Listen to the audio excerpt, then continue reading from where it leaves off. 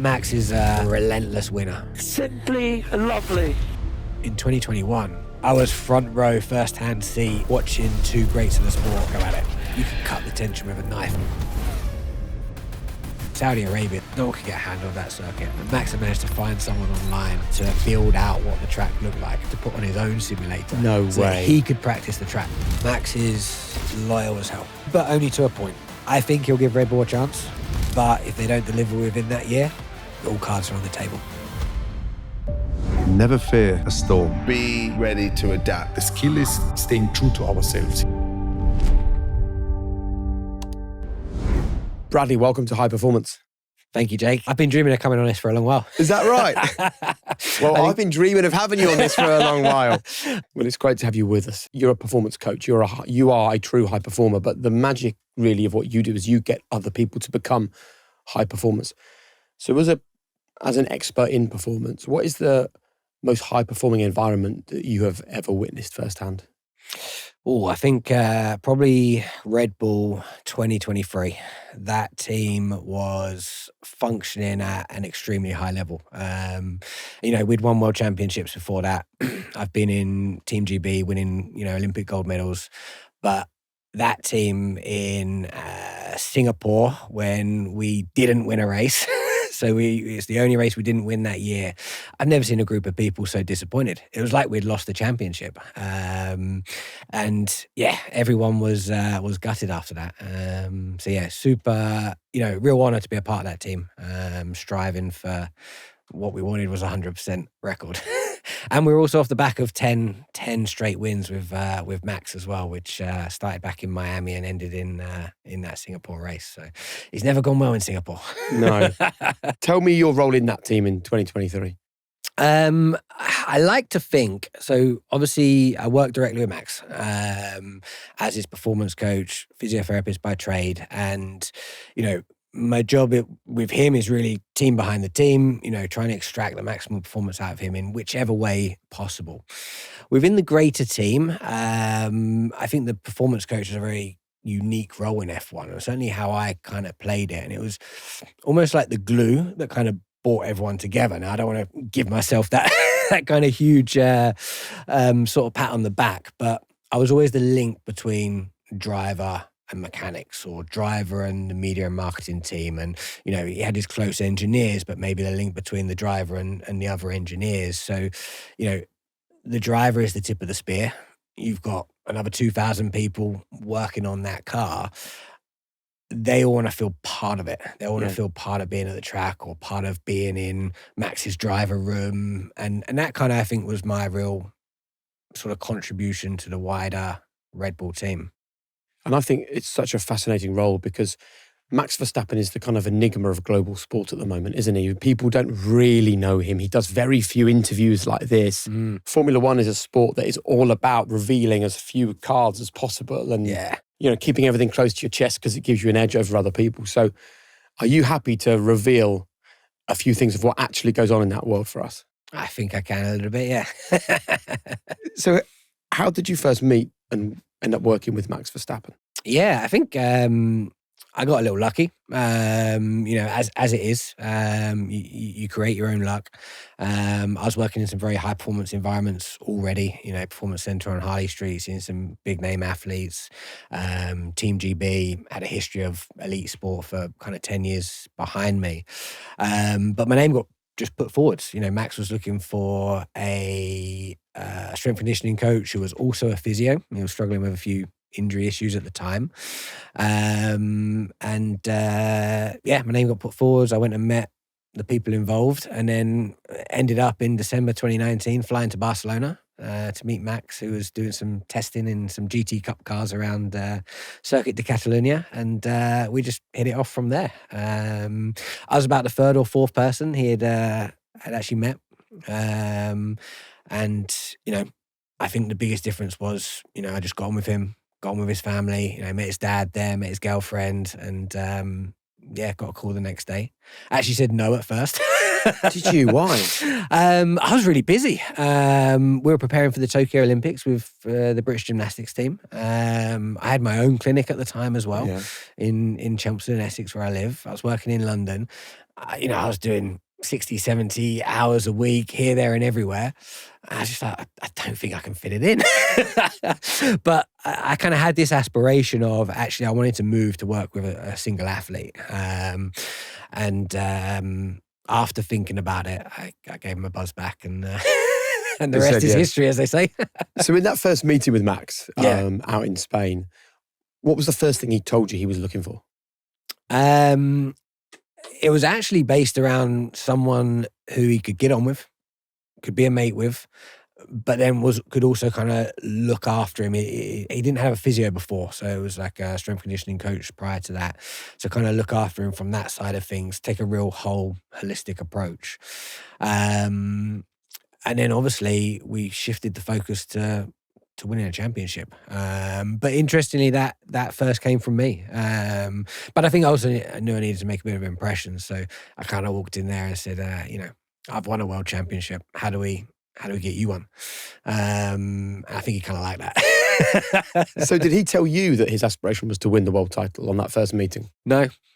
I brought that up first. What did you say? Exactly that. I've got a world championship. How do we get you one? And what did he say? And I can't actually remember. I just remember us then starting to talk about how he can help me learn F1 and I can help him learn how to win, both from a physical side and then also the kind of mental side of kind of been there and done it. I remember speaking with his manager when I first arrived in Monaco in January 2020. And he had a lot of pressure on him that year. If he had won the championship in 2020, he would have been the youngest driver ever to win a world championship. And they kind of had this kind of overpressure goal in their mind. Red Bull. More Max's team, actually. Really? I think Red Bull a bit as well. But they'd already done it with Seb, so it was already kind of their record. Yeah. I think with Max being the youngest driver to come into F1, the youngest driver to win a race in F1, the youngest driver to do this, the youngest driver to do that, they wanted to kind of complete the set. Yeah. I don't know if it played on him as much, but there was certainly pressure from, I guess like branding it as the youngest driver. I've done all this. Well, listen, we know the way sport works. Yeah. If you're the youngest person to do something, that is very valuable financially. Yeah. But it's also valuable reputationally. Yeah. And I can understand why the people around him were saying, yeah, for sure, become the youngest. I just wonder whether that is a very healthy target in terms of like, you're kind of going about it in the wrong way. Do you know what I mean? Yeah. I think it put a little bit too much pressure on, the end target. And how did that manifest itself in the way he was at that time, early 2020? Yeah, I think probably more in the years before that, where you saw quite a few instances with Max, both on the track and off the track, both in press conferences and confrontations with drivers, and I think I hope when it kind of look back on my time with him, that kind of calming influence, that more measured approach that we brought to Max kind of exists there. And I said initially, I don't know F1. I know a lot centers on the car, but take those things out the equation. I don't care what the car looks like right now. I would say we probably can't win it in year one. Give me a year, let me get the lay of the land. We can then see what we do in year two. And just build on the blocks from that. I wonder how he reacted to that, because you've been brought in as his performance coach. To then turn around and say, I don't think you're going to win it this season that's a kind of a brave thing for you to say. How was his reaction? I think he liked it because it took a bit of the pressure away, and it also kind of, it said, look, we're going to win it at some point. We don't really care when, but let's make sure we win it at some point and build it in the right way. Again, I think he liked that. He's a winner at the end of the day. And actually having someone alongside him that didn't care when he wins as well, just that we are going to try and win it, was the main thing. And it just removed that time pressure. It sounds like from what you're saying, and you've worked not just with Max Verstappen, but so many athletes across so many different sports, that there's almost this idea that you can want to win too much. Is that fair? Yeah, I think so. And I think we taught each other that as well. You know, you listen to Max talk now and, you know, he's won 4 world championships. The talk will be, can he match Lewis? Can he match Michael? And what he or what he kind of transmits into the media is, you know, I've won 4. I'm good. I'm happy. Like, I'm a world champion. And it doesn't necessarily matter to him whether he wins more. Now, I say that with a caveat of course it's going to matter, right? Yeah. But if he finishes his career now on 4 world championships, he'll be happy. He won't have any regret that he didn't win 7 or 8. Is he the kind of guy that would love to? Of course. Wouldn't anyone? Yes. But look, Max is a relentless winner. Back when I first started, he had a table football on his balcony, dartboard in his apartment. This is before he got all loved up. And could I ever beat him? No, because his pure focus was just to beat me, but not just beat me, like beat me really well. It took me 3 years to beat him at FIFA. You're obviously bad at FIFA, or he's very good at FIFA. Yeah, I thought I was okay, but I'm probably on the worst side of FIFA. But darts, I was pretty good at darts, and you know, it was just whenever it got close, like he could flick a switch even in a friendly darts game. Here's the truth, okay? High performers don't do more, they just work smarter. It's a myth I want to debunk that high performance means chasing hacks, squeezing it in, working harder than everybody else. It's not true. The best performers just simplify. They master the fundamentals. We call it world-class basics on high performance. And in many ways, I've learned this through trial and error, but also through the conversations that we've had on this show. And one area you need to get the basics right is your nutrition. And that's where Vitals comes in. This is nutrition without the noise. 2 capsules, 6 seconds, 0 effort. And this has all the essential nutrients, vitamins, minerals, and healthy fats that you need, designed to power your sleep, your energy, your focus, your recovery. No mixing, no messing, no nonsense. Everything you need in the right dose. So why don't you strip your health routine back and just focus on what matters? Head to Heitch.com/Jake or enter the code HP20 at checkout for 20% off your first order. You said that Red Bull in 2023 was the most remarkable high performance environment. When was the moment that you saw Max do something and you thought, oh, this guy's different? I think F1 in general kind of gave that, but then of course Max as well. And what I've seen from all the world champions I've worked with is this kind of flexibility and adaptability to always perform in the chaos. Always perform the same when, you know, everything's just going on around you.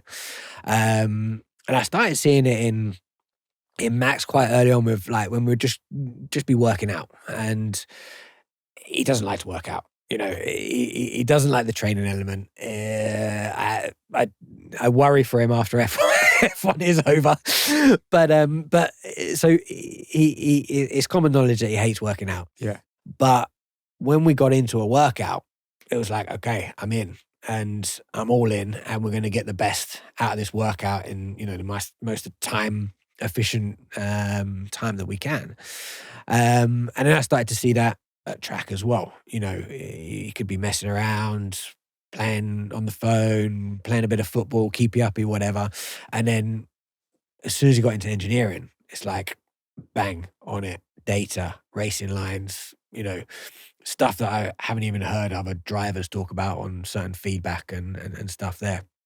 And then the same would come, you know, when you're getting onto track. You know, there'll be a microphone in his face just as he's getting into the car, just as he's pulling his helmet in. Could be chucking it down with rain, and he'll go out and perform exactly the same. And it's a real like flick of the switch. And you hear him on the radio now. You know, he's watching the TV screens, seeing what's going on in the race. He's passing the pit wall, hears the engine of the Ferrari, and asks, has the Ferrari just boxed? Like, that's how in tune he is with what is going on at that racetrack. So incredible amounts of spare capacity. Yeah. Is that something natural or is that a learned ability?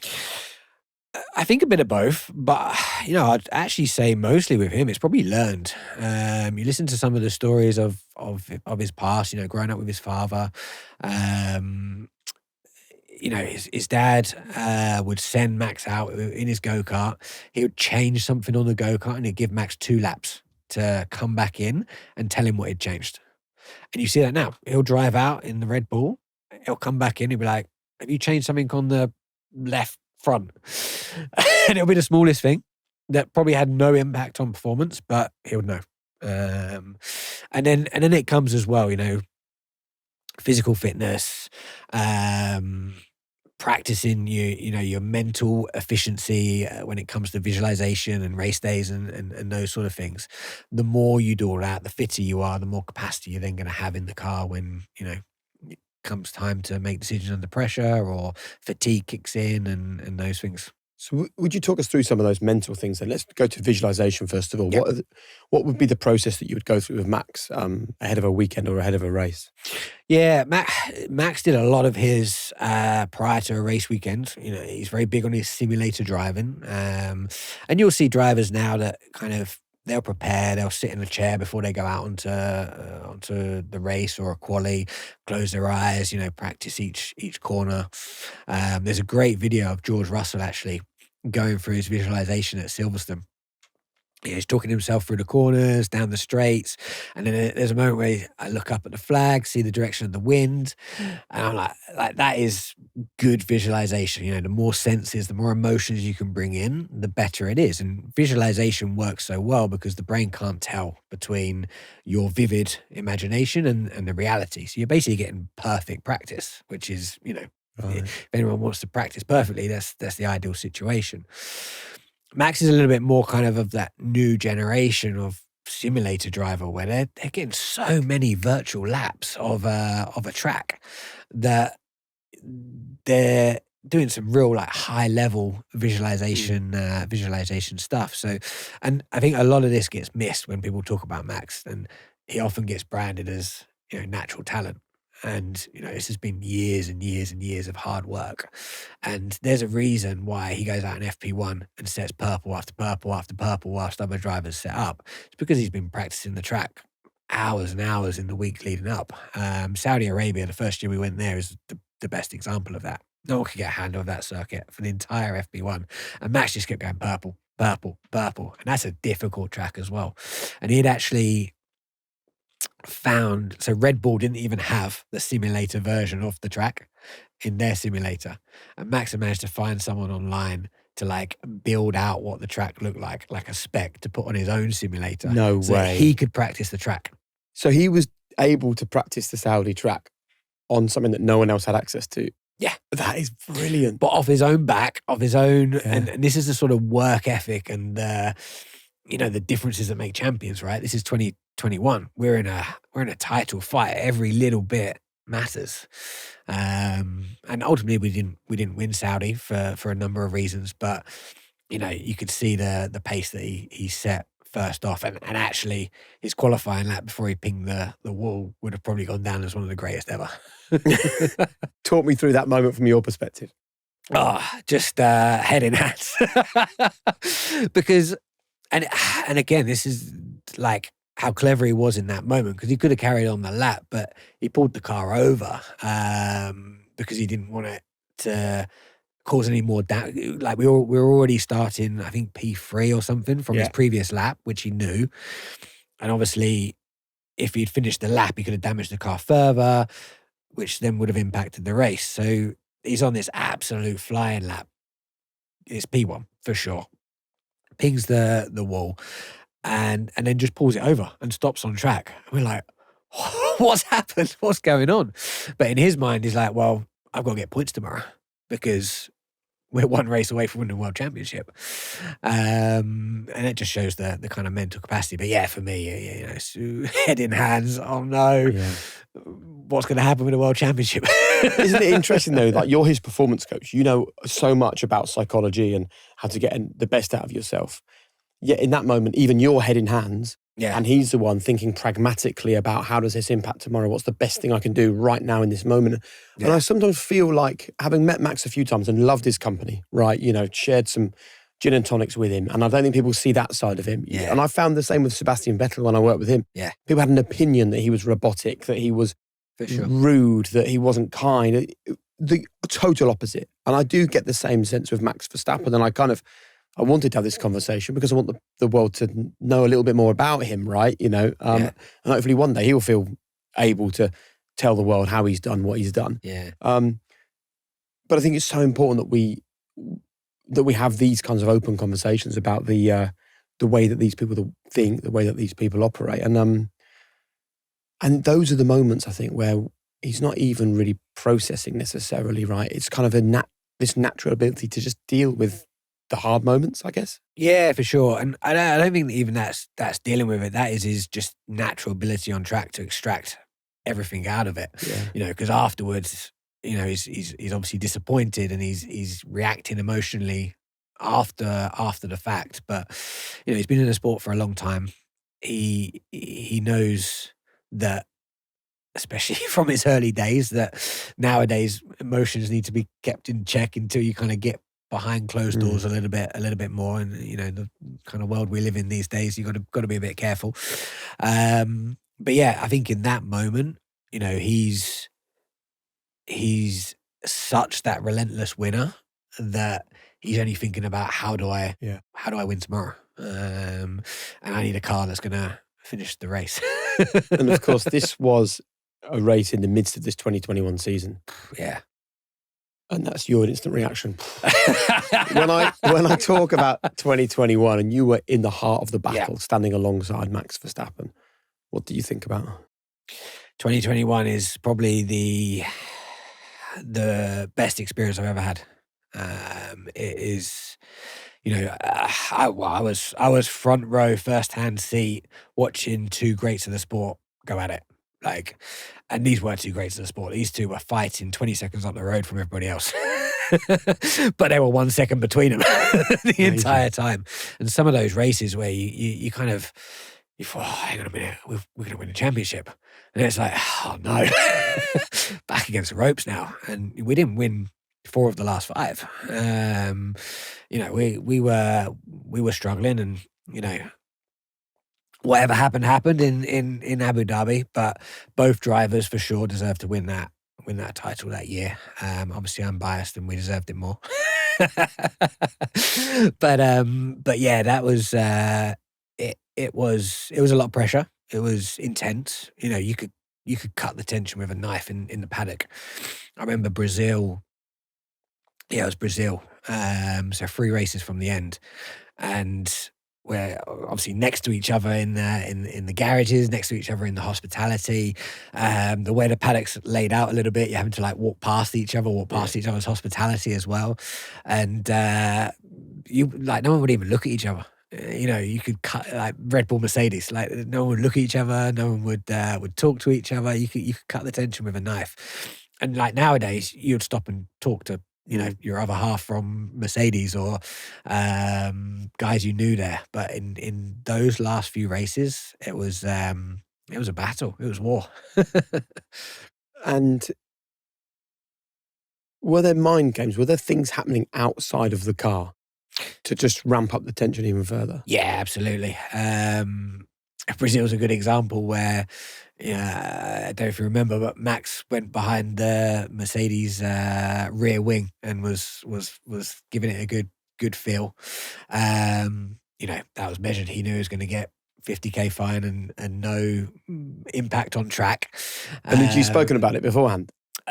Not me personally, but for sure within the team, it was discussed. And it was a way to just ramp up the tension in the Mercedes garage? Yeah, even if nothing happened. And I think there was a change. Yeah. So for the last 2 races, they couldn't run that particular wing. So that was helpful in its own sense, because they absolutely ran away with that Brazil race. Yeah. But even if nothing happened, that would have just put, shifted the focus, put a little bit of pressure in the media on them. Obviously, the games between Toto and Christian were always clear to see in the media.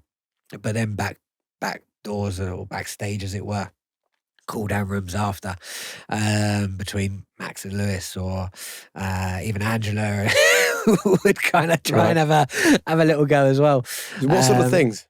Do you know what? One of the funniest things is just time it would take to get ready. Really? So when I first started working with Max, and top 3, going to the cool down room after the race, and or after qualifying, there's a little area where you go. And Lewis would always take a long time to get ready. He would want to change fully out of his kit, get his hair done, put like his own clothes on. Whereas Max would just either change his suit or just go as he is to press conference. And then as it kind of progressed, we started changing every part of the kit. And as it progressed again, you could see just Max just taking his time. So you started getting Max to change everything as well? Yes, we started changing. So you weren't hanging around waiting for Lewis? Yeah, and just also just to fill the time as well. Right. So yeah, exactly. So we weren't waiting around. But the flip was, you could start to see, Max really start to take his time. So that then Lewis had to wait for him. Right. But you come from a performance environment where if it doesn't make the boat go faster, we don't do it, right? Yeah. So why was that helpful for Max from a psychological perspective? Or maybe why was that damaging to Lewis Hamilton from a psychological perspective to try and play those games? I think just to make him wait. It's that whole get out after halftime and stand by the like a power trip thing. Yeah, exactly that. Yeah, exactly that. Just to say, actually, we're not waiting for you anymore. It's the baton is being passed, and we're taking over from here. Because in 2021, I'm not sure whether you felt your role was to wind Max up as much as possible to feel the full force of this rivalry, or whether you felt your job was the total opposite and to kind of pour water on the fire as such. I think it ebbed and flowed as the season went. There were moments when we needed to get up for it. Like when? Brazil, for example. We knew we couldn't win that race. And it would take an absolute miracle to win that race. Lewis was 20 seconds up the road. So I think not necessarily winding up, but just making sure our focus wasn't getting points. Yeah. And I think that was probably our biggest shift with Max. 2018, 2019, 2020, his mentality was, I'm on the grid, I'm going to win this race. I want to win every single race. Every time I go out there, I want to win. In 2021, we had to be clever, because if going for a race win meant that we came P7th or we DNF'd, we're not going to win a world championship. We have to finish second. If Lewis is finishing first, we have to finish second. And that was a huge mindset shift, going into a race and saying, boys, we're not gonna be P1 today. Let's make sure we get P2. How do you achieve that mindset shift with someone who has such a desire for victory? Make the desire for victory the world championship, and just reconceptualize it a little bit, reframe it. This isn't about winning races anymore. You've won races. You don't need more race wins. You're going to win many more races in your career, but this is our chance to win a world championship. We don't know if it's going to come again, because again, so much does actually depend on the car. Now, yeah, Max will be able to move wherever he wants to move to, depending on where the best team is. But you don't know whether you're going to get a chance to win a world championship in F1. So we had to take that opportunity, and we could only take that opportunity by making sure we finished every race, and making sure we finished every race in P2. And we had to have that mindset on tracks where we knew we weren't the quickest, to not try something and ping it into the wall. And how much of a benefit to Lewis was it that he was a multiple world champion at this point, do you think, and that Max was feeling this out for the first time? Yeah, I think there are pros and cons to it, actually, because, and again, Max will be a bit criticised for some of his aggressive driving that year. We we actually didn't have the quickest car. We were a couple of attempts slower than Mercedes for most of the year. There were some tracks where we were better, but the majority of the time we weren't. So he did have to get his elbows out a little bit. Lewis knew how to come second. And, you know, that's in the most positive way, because he knew how to win world championships. And that was the big difference for us. You know, there was times when 2020, 21, you know, Max would probably go into a corner thinking, well, I'm going to take this corner or I'm probably going to end up crashing out. And it didn't matter. But in 2021, it did. But then that also played in our favour because Lewis didn't know what he wanted to do. So Lewis knew actually in some corner, Lewis backed out because he wasn't sure whether, you know. Max was going to go for it. Pretty much, yeah. And, you know, we knew we had to come second, so he wasn't going for it. Yeah. But we played up to that because we had to get track position. So that perception that Lewis had that Max was unpredictable actually proved beneficial at times because it altered the way that Lewis was behaving. Yeah, for sure. And you see that across, you know, some of the greatest athletes have created those sort of personas, you know. Tyson Fury turning up in a Batman costume to Klitschko in Germany. You read his book, you know, it was all planned, all premeditated. And a lot of that was also from our side as well, because we had to do something to shift the needle towards us. And when you're having these conversations about shifting the needle towards the Verstappen camp and away from the Hamilton camp, is Max part of those conversations? Or do you have conversations with his team around him and then kind of say, look, this is what we think?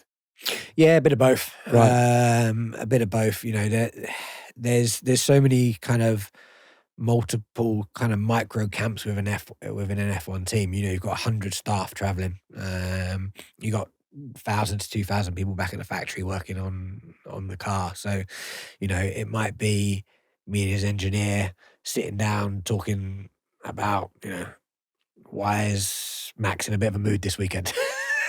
It's like, oh, you know, we're traveling an hour from the hotel, we're not sleeping very well, jet lag, you know, all those different things. But so you might be having a conversation there. Engineer and Max might be having a conversation about the race over there. You've got the mechanics as well. So it goes back to what I was saying before, like part of my role was to be that kind of go-between everyone, kind of making sure everyone felt part of the team, if that makes sense. Because the driver is the face of it, right? And everyone, for want of a better word, wants a piece of the driver, even within the team. And there also have to be moments, I guess, even when times are tough, where you have to say to Max, like, just stop with this. Like, don't be grumpy because it does affect the engineers. Don't be, you know, snappy and short with people because it does impact people who can make your car go faster. And if they're in a strange mood, it might have a bad outcome. Do you know what I mean? Yeah. Did that happen? Yeah, for sure. There's, you know, there's moments where you kind of say, look, maybe after he's crashed or caused some damage or maybe, it's just been, you know, a real tough few races. In this case of Max, do you want to just, you know, should we head to the garage and just work our way around the boys, or let's go to FP1 10 minutes early just so you can stand in there and chat to the mechanics? And because it can get quite a distance between the two. Yeah. They're in different areas within the paddock, within the garage, and sometimes it can be a case of, you know, we walk into the garage, we get in the car, we get out of the car and we go back to the driver's room. So it's really, really important to make everyone feel connected, part of the team. Simple things like I would never say no to any of the mechanics, any of the engineers who said, look, Brad, can you just get Max to sign this for me? You know, I'd get him to do every single one of them because it's so important for the rest of the team to feel like they're part of the team.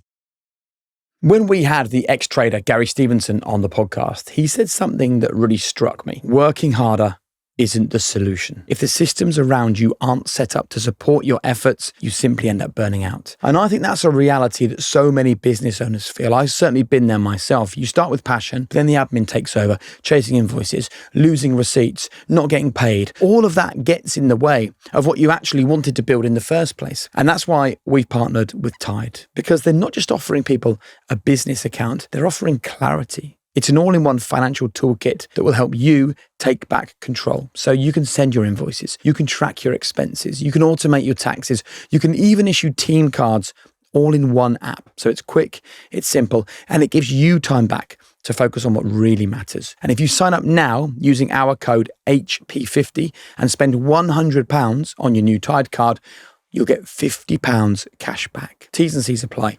Just hit the link in the description. What was the lowest point in 2021 that you had to help Max through? Lowest point in 21, I think probably after Saudi. We changed everything. So we hadn't won for 4 races in a row. So we've gone 4 races without a win. Lewis, well, we're back equal on points. Yeah. We're neck and neck on points going into the last race. And Saudi was a bit of a blow up in that obviously it was a new track. It was super, super hot as well. Like everyone was getting really impacted by the heat and the humidity. We're in November now.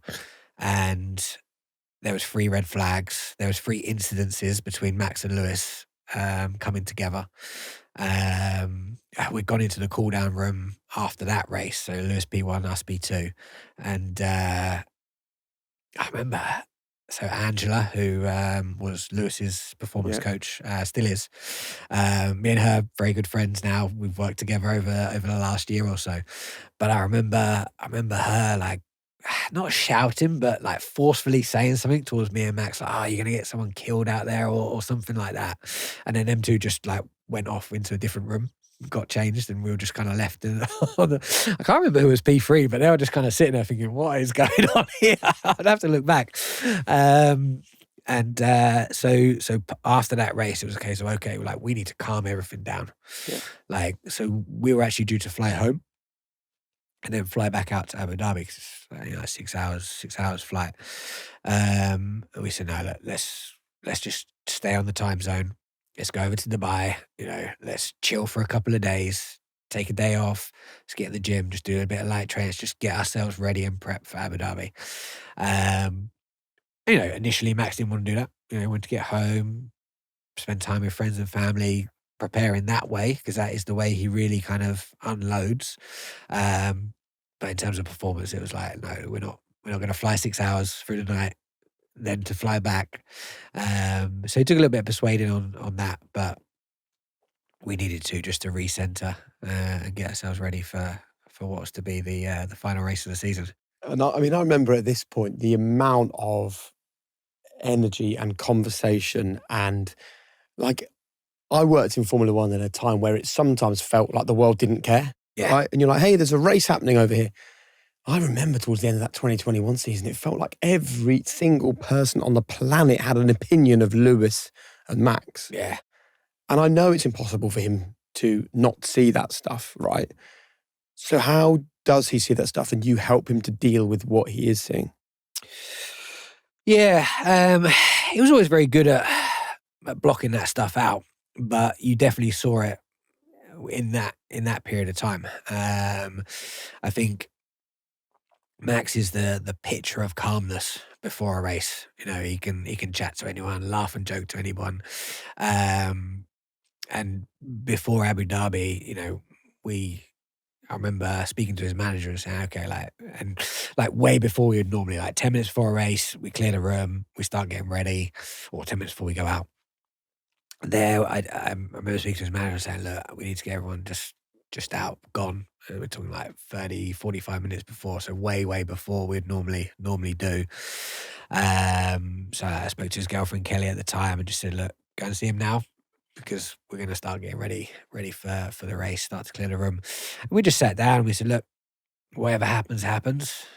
It's we've done everything that we can to get to this point.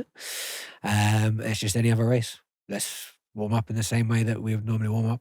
Let's prepare in the same way we normally prepare, and go about it that way. But yeah, certainly it's the first time I ever saw him nervous. And how did that manifest itself? It made me more hyper-focused. Did it? Yeah. Like I was nervous. Like I was nervous the entire weekend, but it was when I couldn't show it because I needed to be Man. that bit of normality. Well, you can't be saying to him, this is like every other race, and then you acting like Yeah, it's exactly. not. And what were you seeing from him where you're like, okay, you're nervous now? You see? He was quiet. There was a lot of breathing going on. So he always focused on like certain breathing techniques to calm him if his heart rate ever did get high or he started to, feel pressure. Just slower breaths or? Yeah, but only like a box breathing sort of technique. 4-4-4. So for those that don't know, 4 in, hold it for 4. 4 out, hold it for 4. Yeah. Yeah, repeat 5 or 6 times. And, it is proven to reduce heart rate. It was first brought in by Navy SEALs. But it would only ever use it in the car. If Austin was a good example, he talks freely about that, where he was sick and he talks about almost like blacking out with like 10 laps to go, Lewis right behind him. And he was able to use that to kind of bring his heart rate down and kind of recenter and refocus and go on and win the race.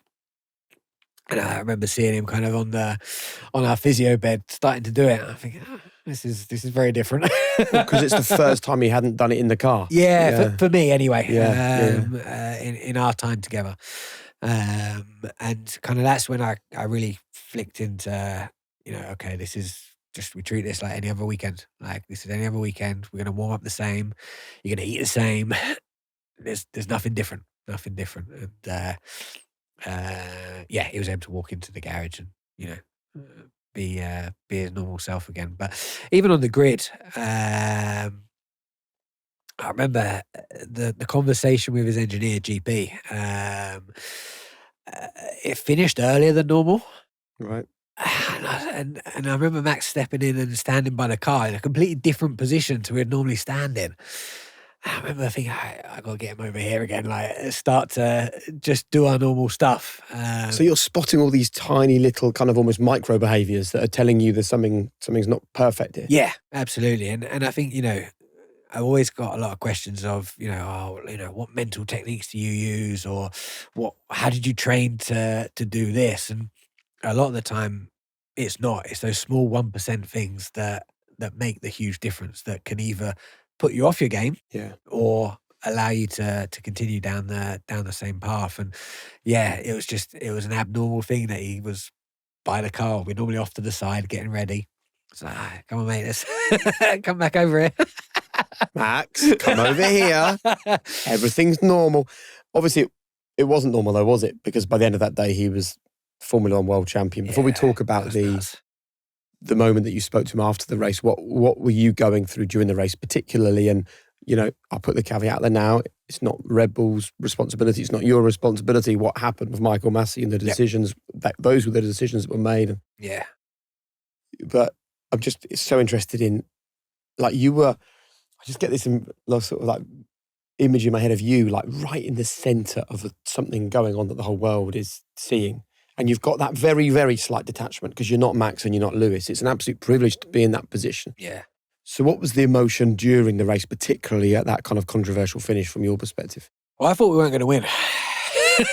Is that right? I thought all the way up to maybe like 20 laps in that we were going to win it. Like this is ours. Like we've always gone well around Abu Dhabi, won it the year before. I was 100% sure we were going to win. And then, and that helped for sure in the way that I could be with Max and, this is ours, mate. Like just provide the calmness, provide the confidence. And then we're getting to the race. I'm like, oh no. We're like, they're quick. Yeah. They're ahead. We just haven't got the pace. And was Max still delivering to his normal level? Yeah. Yeah, for sure. There was no drop off there. Which again is crazy, right? It's, that's when you're working with a world champion for sure. Yeah. Whether it's going to be that year, the year after, it was going to come at some point. I think it took just that little bit of clearance of noise so that he could really focus in and, become the person that he is now and the maturity that he's got now. But yeah, during the race, I think, we're not going to win. And then obviously everything unfolds. And from the moment they restart, I remember I remember the overtake, Max's overtake on Lewis, turn 5. I remember Lewis trying to come back. That's like, so we overtake, everyone's cheering, jumping in the garage. We're all together now. I'm there with the mechanics. That's where I kind of sit. And then Lewis comes back. I was like, oh no. Then we can see that he's not getting it. Yeah. We celebrate again. From that moment to the moment I see Max, I don't remember a thing. Wow. There's pictures of me in the pit lane, celebrating with people, high fiving, going over to GP. I don't remember the rest of it. I went over to Christian. I remember shaking Christian's hand, and then I saw Max, and that was it.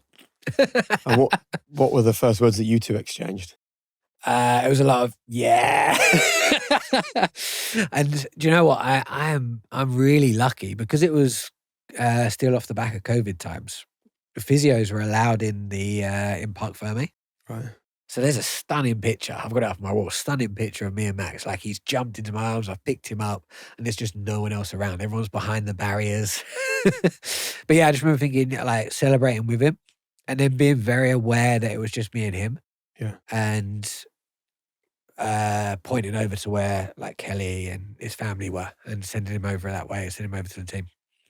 Wow. And when was the first time that you were able to have a genuine conversation about the fact that you'd gone on this journey back in 2019, met him in Spain, and here you are years later, and between you've managed to turn him into an F1 world champion? January 22, when we came back for pre-season. So straight into the cool-down room after the race. But there's people coming and going, celebrations, congratulations, all of that. And then we went out after and properly celebrated. Yeah. And then I got a flight home, straight from the pie to go home. I just had my little girl, so it was super nice for me to get home and celebrate there as well. And then it wasn't until we got back in January 22 that we were really able to just kind of sit down and say, well, wow, like what happened? And agreed to do it again. Is that right? Agreed to do it again. We sat there and we said, well, should we do it again? Literally those words. Should we go again? And then, we just got to it. And it wasn't forgotten. Obviously, it's so important, first world championship. But very rarely after that did we talk about it again. It was all about, what we wanted to do next. Isn't that interesting as well, that the whole world keeps talking about 2021? But in Max's mind, by January 22, it was done and he was on for the next one. So can we talk about goal setting and target setting? Yeah. Was that something that you and Max did for each season or each race or each kind of block of his career? How did that work? Yeah, for sure. We did for every season. We did for kind of micro times in the year as well, and sometimes for each race as well. Especially when it got to like 2023, when we were super quick. The team was functioning on the highest level. Max was functioning on the highest level, and we had certain goals around certain races of actually how much could maybe we win by, or could we do this? Can we get a Grand Slam this weekend? Get back in and set the fastest lap as well. All these little bits were. Right. Is that because normally winning a race is the biggest thing you can achieve, but actually you were so dominant and so good? Were you having to look for other things to kind of drive the motivation for him, maybe? Yeah, I don't think so much motivation. I think more just to, he needs no motivation to go and win a race. He needs no motivation to go and win a bit of table football against me. But I think just to, for want of a better word, just keep the interest, keep the enjoyment, keep the fun element to it, so that it didn't become so processional.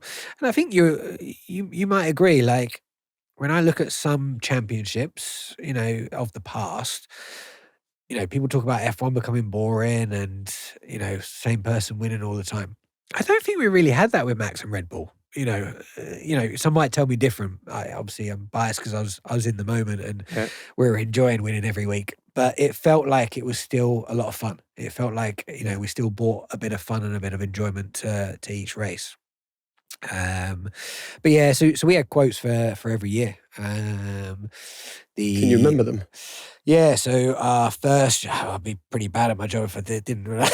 Yeah, they are quite important, actually. Yeah. It was kind of like the moniker of, what we wanted to do that year. So the first year we worked together, 2021, was just what does it take to win a world championship? 2020, yeah. 2020, yeah, sorry, 2020. So what does it take to win a world championship?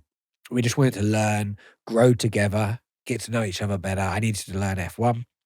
He obviously wanted to learn the physical, mental stuff that, And how much would he watch Lewis Hamilton, for example, who was winning the world title around that time? Like everything. Would he? Yeah, but not just Lewis, everyone. Friday, Saturdays, he'd be watching all the onboards of all the drivers, seeing what lines they're taking, seeing if anything's different, everything.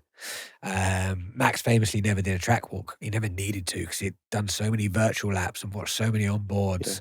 Yeah. He would arrive at a race with knowledge that Red Bull didn't even have of changes to the track or whatever there. So, and again, a lot of that doesn't get talked about in relation to Max. Again, probably because it's not known.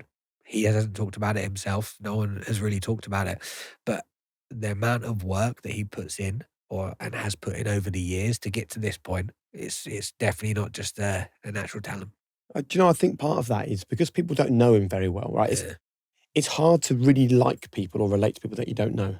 Yeah. Right. So therefore, I don't think people feel the same about Max as they feel about some other F1 drivers. Therefore, it's easier for them to say, well, it's only natural talent, it's only the car, than to actually give him the credit that I think he deserves.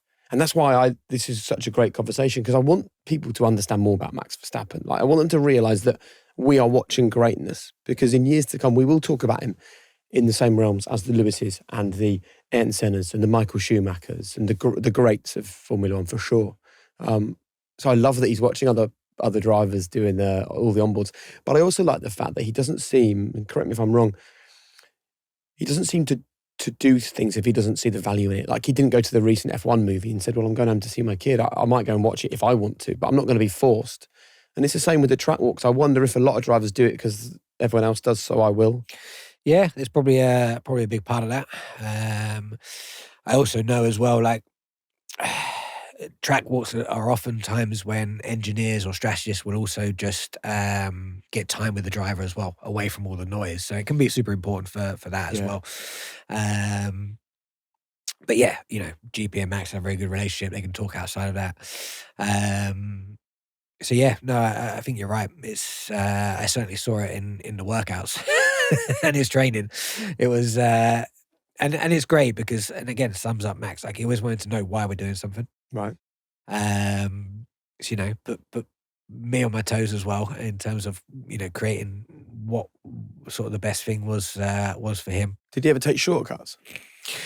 He wouldn't take shortcuts. He'd want to know how we could take shortcuts in terms of still being optimal, still achieving exactly what we wanted to, but not having to, do a 2-hour workout when we can do it in 45 minutes and still achieve the same goal. So yeah, not shortcuts. Was always willing to put the work in. But how can we be more efficient? How can we be better?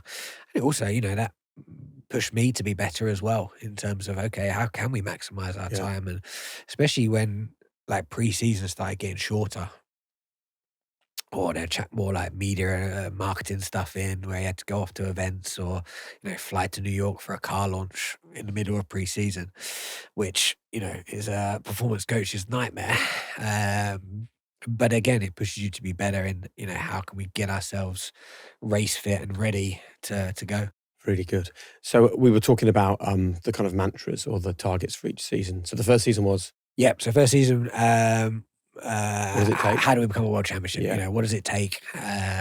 Second was, it was, I got to remember it. So it was about consistency. Yeah. So repeating it week in, week out is what separates the good, the great, and the special. Is that what you said? Yeah. Say that again. We had it on our wall. So repeating each result week in, week out is what separates the good, the great, and the special.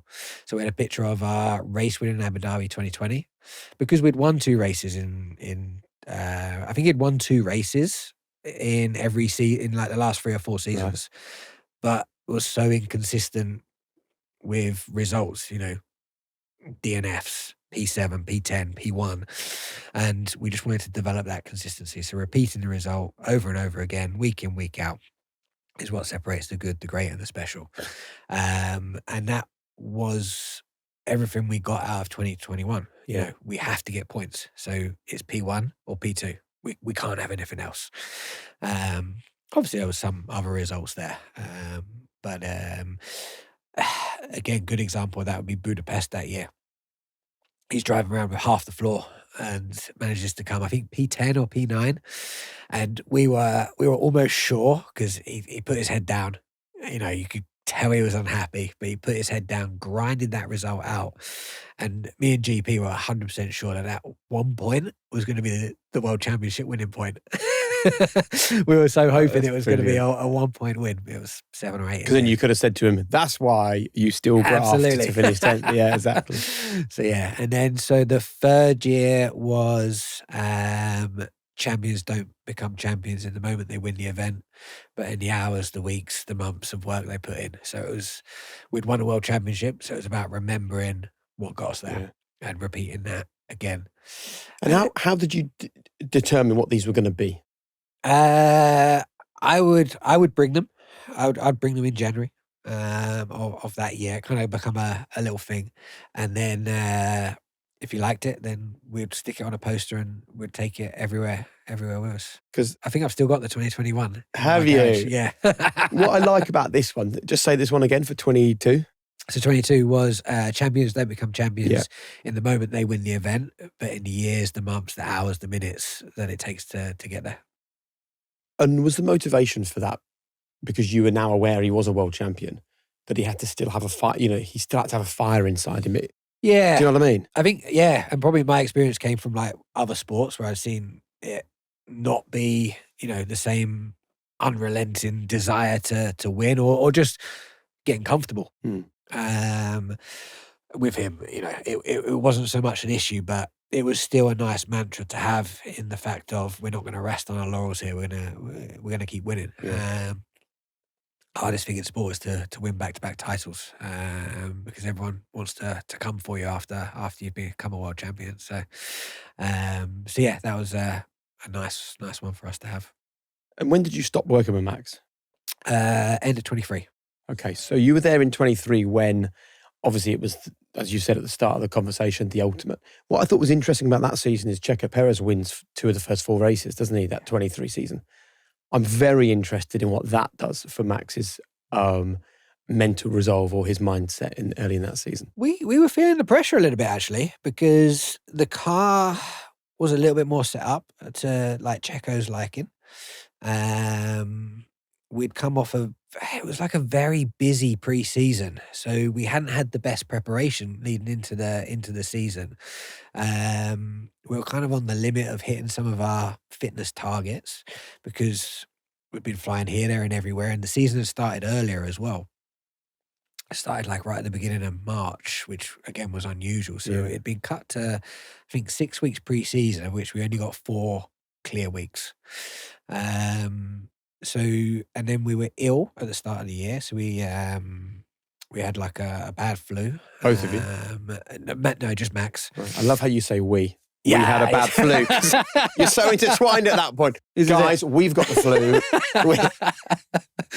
Yeah, and it becomes that way. You spend like so much time together. I mean, you're probably seeing more of Max at this point than your partner and your kid, I imagine, Yeah. I mean, I was famously quoted on another podcast back saying, my wife, who is now my ex-wife, which probably says a little bit there.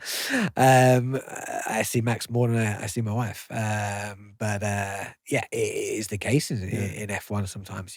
I'm basically living in Monaco and then I'm flying to races. And probably through that period, I knew I'd get home on Monday to see my kids. But other than that, I wasn't in the UK. So it was, busy times. So how does this sort of spin Max's head then when he's having to do too much media stuff? You're saying to him, look, your physical targets aren't where they need to be. He's got a flu and Checo's winning races. Yeah, you can see the pressure building a little bit. You know, What do you there was see? frustration, not just in the car, but also like just with other people around Yeah. the team. Frustration with, especially like the media and marketing stuff. He's becoming very, no, I'm not doing that, or which is very unlike Max. Yeah. He doesn't want to do stuff, but he will always be very like polite with it and do it to the absolute very best that he can do. But even like with engineers, mechanics, just a bit more kind of off, bit more recluse. Yeah. Within the driver's room, and then we got to Miami, which was race 5, and then we had a terrible qualifying. Started P10 or P11 Yeah. with Checo on pole. But then that was the turning point of the season. P11 to P1, and that was the start of a 10 race winning streak, which is still Why? a record. I think it was the gap of the quali was what just really refocused the whole mentality. It was almost siege mentality type thing. I'm thinking Mourinho and Chelsea now, but it was almost like, well, he's on P1. I'm not going to let him win this race. He's already won too many. So were there times in his career where stopping other people winning races became the motivation? Yeah. Rather than I'm going to win, it's I'm going to stop him. Yeah. Not by any means other than winning himself. But yeah, for sure. Wow. Yeah, Checo and his teammate being one. Obviously, in F1, you're measured against your teammates, so they actually create that environment of you've got to beat your teammate. You've got to stop him winning a race by winning yourself. And then some of the other rivalries he developed over the course of F1. What, Max? So who do you look at as his rivals? Because obviously Lewis is one because they shared that title battle. His teammate always? Teammate always, yeah. Although some would argue not so much of a rival these days. Yeah. Checo did a very good job. Yeah. It was a very integral part of what we were able to achieve. Well, let's give Checo a bit of credit then. Why was Checo such an integral part of Max's success? He at times he couldn't accept that he wasn't going to win the world championship, but certainly in that 2021. Embraced coming second, basically, or being that second driver. And I think that's super important in that Red Bull seat. You get the chance to win races. You're not probably going to beat Max Verstappen. Unless everything is going to go into your favor. But I guess it's super hard because you've got to back yourself as an F1 driver, right? You're one of 20 in the world. But I think also coming into that team, Checo was at his very best when he could just say, you know what, I'm going to win a couple of races this year and I'm going to help this guy win the world championship. And then he was able to then extract the best out of him. And that's when he became dangerous. I still struggle why, like at the last race, Liam Lawson out-qualified Max, right? Yet couldn't live in the same team as him. Yuki Tsunoda looked great in the sister team. He can't live with Max Verstappen. He does. I mean, we're talking woeful qualifying in that Red Bull at the moment for him. As someone who has got such a unique perspective on this, why is the second seat at Red Bull such a difficult seat to deliver in? Yeah, I think one, the pressure comes with being a top team. When and no disrespect to anybody, but whilst they're racing at the sister team, I can't remember what it's called. It's changed its name every season. It's called something like Racing Bulls Cash now. Apple, and last year it was Cash App, and then it was Toro Rosso. Yeah. But the pressure's off. Your goal is to get to that Red Bull seat, and if you can score some points in that team, great. But if not, it also doesn't really matter.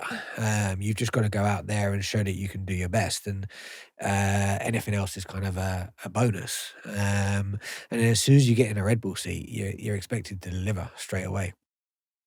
and you're expected to be within 3/10 of Yeah. Max Verstappen, who at times is 6/10 ahead of everybody in the entire field. And then obviously differences in cars and stuff there as well. But I think it'll be the pressure element more than anything. Right. And the fact the car is so tuned into the way Max likes to drive. Is there an argument in that? I think so, but You don't sound convinced. yeah, every driver gets a chance to set up the car in the way, fundamentally. Yeah. But every driver still gets to set up the car in the way that they want it to drive. Balance, rear, front, however that might be. They work with their engineers to extract the best out of the car for them. Lewis isn't setting it up the same as Charles. They'll set it up in the way that they want to be able to drive. And when did you stop working with Max? So end of 23. So after Right. the third World Championship. And was that a hard thing to do? Whose call was it? You decided or he decided? Yeah, I decided. So my son had been born, and Effie, my eldest, was due to go to school. Well, she goes to school this year. So Yeah. I just wanted to have a year at home, spend some more time with them. Like I said, I was only getting home on Mondays. Separated from my wife, divorced Yeah, now. it's So being able to get those moments of time was tricky. So it was a case of it's been great, but I need to just take a year out and spend some time at home. But yeah, it was hard. It took me ages to tell him. Really? I decided in summer break that I've got to do this. So that's August, Yeah. and then we're still fighting for the world championship. So it wasn't clear. Yeah. But also, I guess you were thinking, I don't want to cause a distraction here. Exactly. So I put it off for that, but I probably didn't need to. But then even once the World Championship was done, I still put it off after that. So we won it in Qatar. I think it took me like 3 or 4 races after that to actually tell him. And I remember the time we were training in Monaco. It was a race weekend off, and we'd trained all week. And I'd prepared to tell him on the Tuesday, then on the Wednesday, then on the Thursday, and then on the Friday, just before I was about to catch my flight, we finished our session. I'm like, "Oh, mate, I've got something I need to tell you." Yeah. But for anyone that's had to tell another half that they're breaking up with them. It was exactly like that. Yeah, and I'm not very good at breakups. So what did you say? What did I say? Mate, I need to tell you something, and I could see his demeanor change straight away. I think he kind of expected what was coming next, and yeah, it's probably one of the first times I've seen him like properly upset as well, which was nice and not so nice at the same time. Yeah. And we had a chat after, just could we make it work as a split, but for us, that wouldn't have been a possibility. We were both way too all in for that. So yeah, no, that was that, and we just decided to have a good end to the year and stay friends, which we still are. So yeah, that's it was hard. It was definitely like a breakup. Tears? Yeah, for sure. From both of you? Yeah. Really? Not but like just the welling up, like the hard to talk. I actually think it's really important that someone who works alongside a world champion in a sort of macho Formula One sport where it's all about being a gladiator and not showing a weakness, I think it's important that you say that when you go and tell Max that you and him are not going to work together, that you've both got teary eyes or you're both crying. I think that's it's a reminder that this stuff is about an emotional, like if we want to impact people's lives, which is what this podcast is all about, it's a reminder that it's about an emotional connection with someone. It's not about a transactional relationship. Do you know what I mean? Yeah. He had me on the grid in Abu Dhabi 23, so my last race. And actually one of the Dutch reporters saw it, and because we had told no one, like we kept it under wraps, and for me it was just easy to go out quietly. And we're on the grid getting ready like we normally would do, and I give him his helmet. He puts his helmet on. I give him his gloves. We do our normal handshake. He turns around to go and get in the car, and he turns back comes and gives me a hug. Literally before he gets in the car. I'm like, oh. And then I go back to the garage. I get a message from Eric, one of the Dutch newspapers. He's like, what just happened on the grid? Really? Yeah, because it was so against the norm. Like, we have done the same thing for 4 years. And then, afterwards as well, came straight over. So there's a very nice video of that.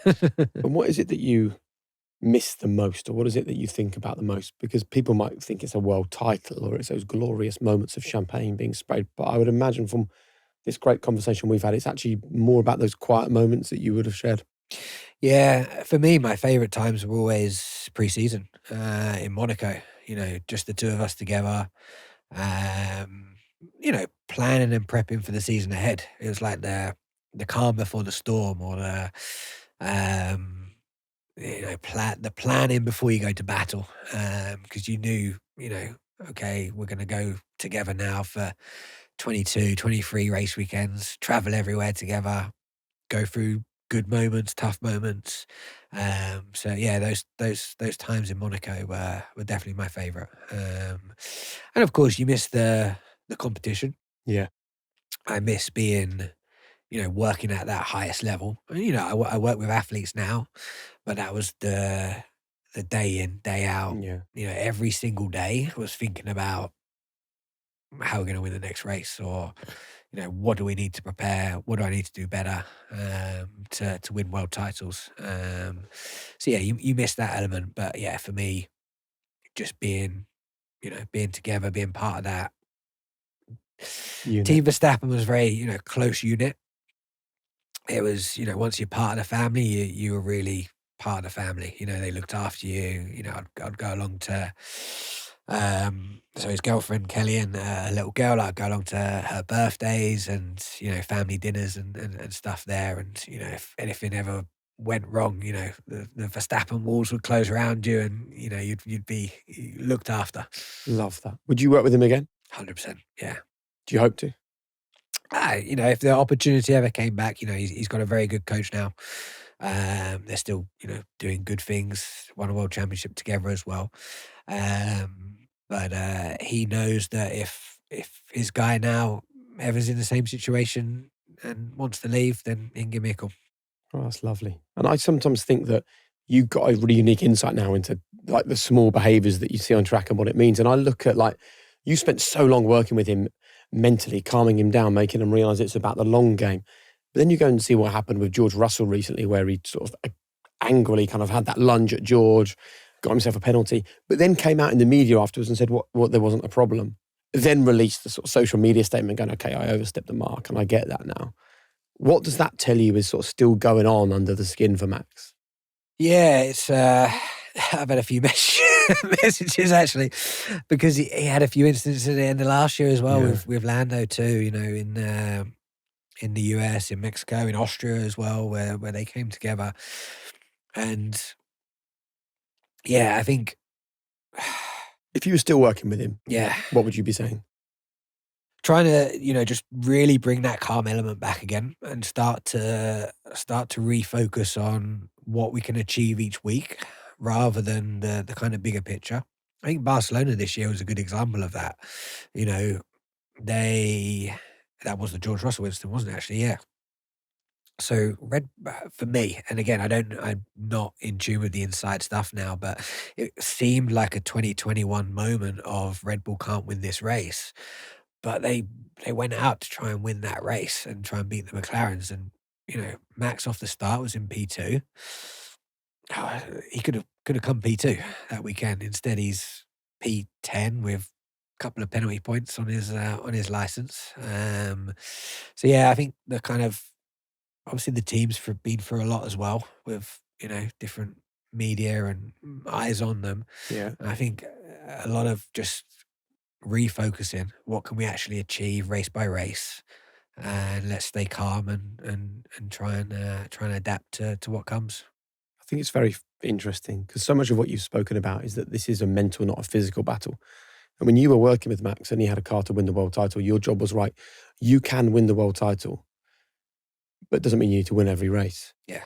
Now the message actually needs to be to him like, you can't win the world title.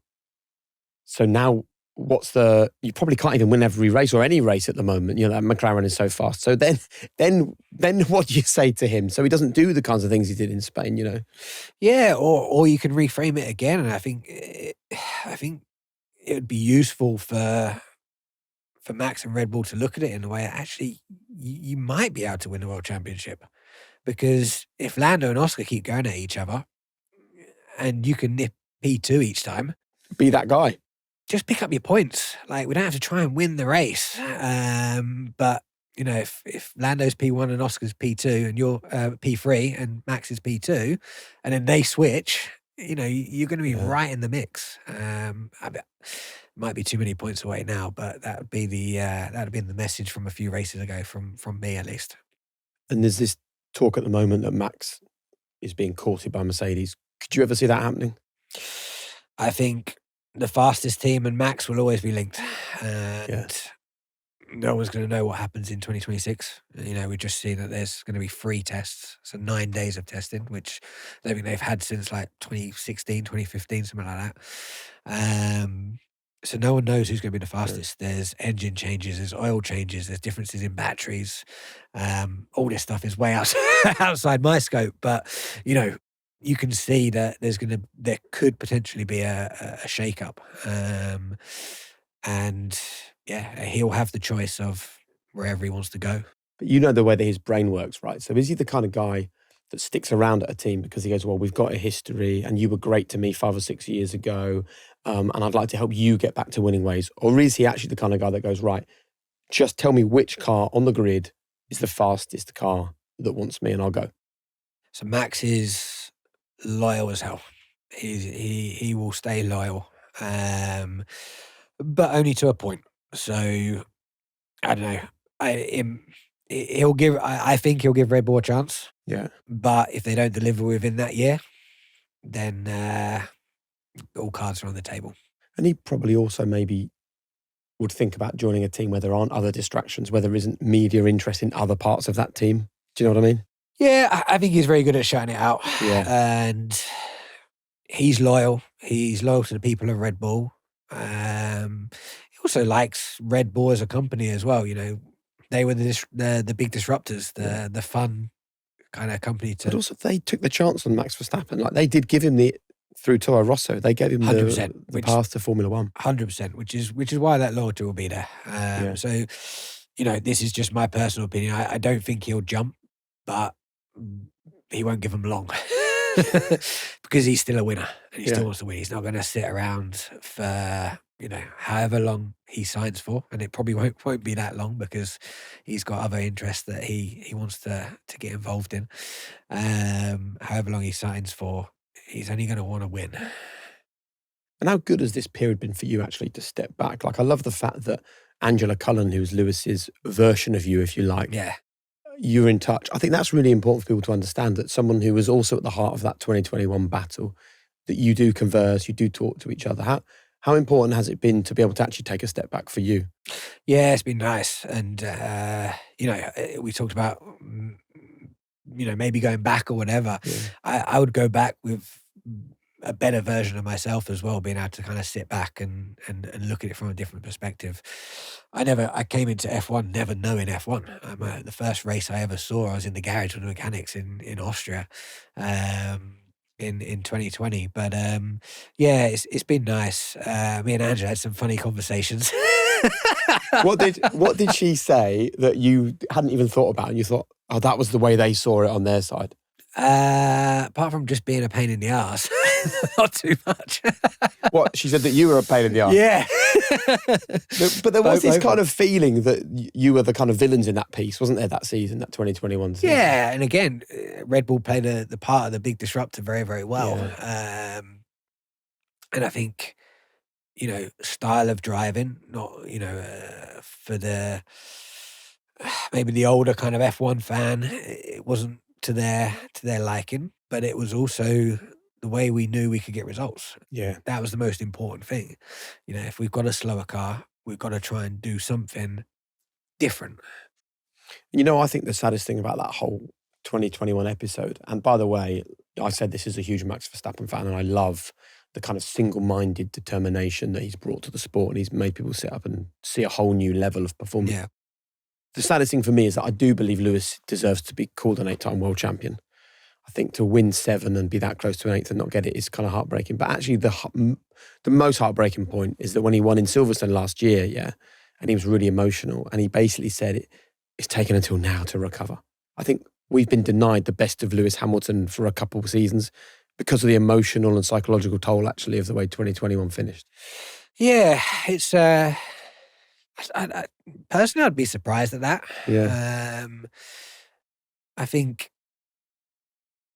But you know how this can affect people, like... Yeah.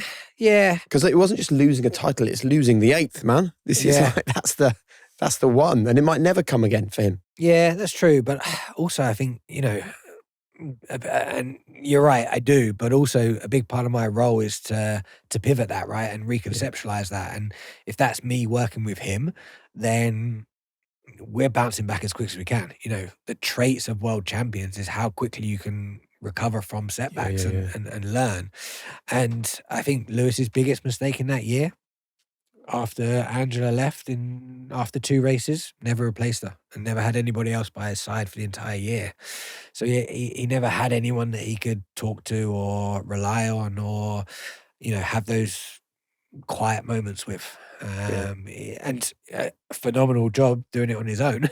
But if he'd had someone by the side, then maybe the bounce back could have been But quicker. also, we both know he's a deep thinker as well. And, the strange thing is you can be a world champion in a track with 100,000 fans and be as lonely as hell. Yeah. And I imagine that was possibly what he might have experienced after Angela stopped working with him. Yeah, for sure. And they're the moments where, you need somebody to lean on and bring you back round to coming out of the shell, as it were. Well, I love that this is the role that's happening in Formula One and people like you are doing what you do. Because when I worked in it, it was like the drivers were like, why do I need a driver coach? Like, why do I need a personal trainer? Why do I need someone to sort out my mental side? I'll just go and win a race. So. Yeah, for sure. And I think that's it now. There's so much about Formula One in terms of just the basics. Like when you get to a racetrack, logistics, getting to and from the track, getting in and out of the hotel, getting like laundry, that like the simple things like that. And F1's so big now as well. But there's so much going on. Drivers need the mental space to think about actually driving rather than carrying their helmet or trying to stay cool in 50 degrees track temperature heat. So much more than that. Right, you ready for some quick fire questions? Yeah, go for it. The 3 non-negotiable behaviours that you think are the most important for us all to perform at our very best. Hard work, intentional effort, and communication. Very good. What's the first thing that you recommend we all do to get out of our own way and try and live with a bit more flow, as you described Red Bull doing in 23? For me, communication has always been the hugest element. We have this saying in physio, interaction over intervention. And I think I've seen it in myself as well. People opening up to people and being able to talk and lean on, not just in the world of work, but in personal life as well, opens up many, many more doors for opportunities. And, that Red Bull team of 2023 was built on trust and communication. You could look to your left, look to your right, and you knew that person was gonna do their job, but then we're gonna go and have a beer and a good conversation after as well. Brilliant. If you go back to one moment in your life, where would you choose to go and why? I don't look back too much, but sport has left me missing the birth of my son, so I would go back to that moment. It's a juxtaposition because obviously we would love to be at the birth of a child. That was also Miami 2023, the turning point of that season. Oh wow! It was born on that Sunday, so yeah, I'd go back there. And when was Max telling you to go and be at the birth of your child, or was he wanted you there at the race? Yeah, I mean, he would have said go. Yeah, if you'd asked him, but you didn't even. No, didn't mention it. What's the greatest advice you've ever been given? Back yourself, but with the context of like developing your own philosophy. So in our world, a lot of people want to just kind of copy what other people do. I think my greatest success came from just starting to develop my own kind of philosophy of working with athletes and other people. Brilliant. And the final question after this brilliant conversation, what's the one golden rule that you would like to leave people with for living their own high performance life? Stick with the communication and say interaction with everybody. Yeah, amazing, mate. Thank you so much. That's I've been a pleasure, absolutely mate. loved It's been a that. pleasure.